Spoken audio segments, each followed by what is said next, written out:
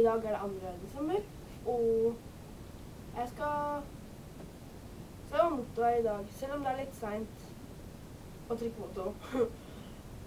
Sorry for at det kom litt sent, men jeg har hatt litt opptaksdag og litt sånn, så...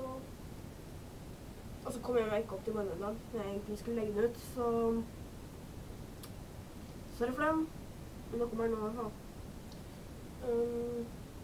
Ja, som dere kanskje også så har jeg fått en ny intro. Den jeg hadde på 1. desember, den ble litt trist. Så jeg bestemte meg for å endre den, og så nesten rett etter jeg var ferdig å endre da, så kommenterte Christian at den var trist, så da var det ikke bare meg som synes det. Men nå skal vi se.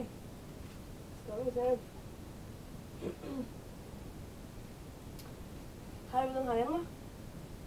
Og så, ja. Da ble det den. Og det noe så enkelt som vær positiv. Ok? Da fester den der.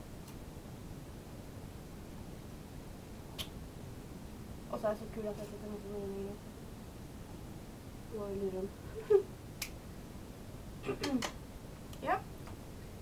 Og jeg skal prøve å komme opp I morgen, men det ikke sikkert greit. Men jeg skal prøve. Jeg lover. Ok? Vær positiv, dere.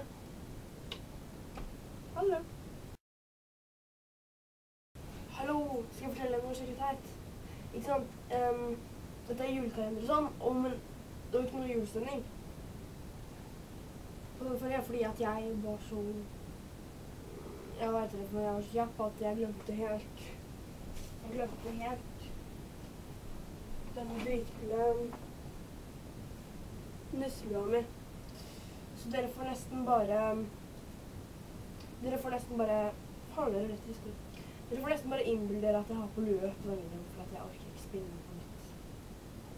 Forresten så hadde regulering nede. Det vondt. Det veldig, veldig vondt. Men nå skal jeg ikke sitte og syte og klage om det. Ok, men greit. Ha det igjen da.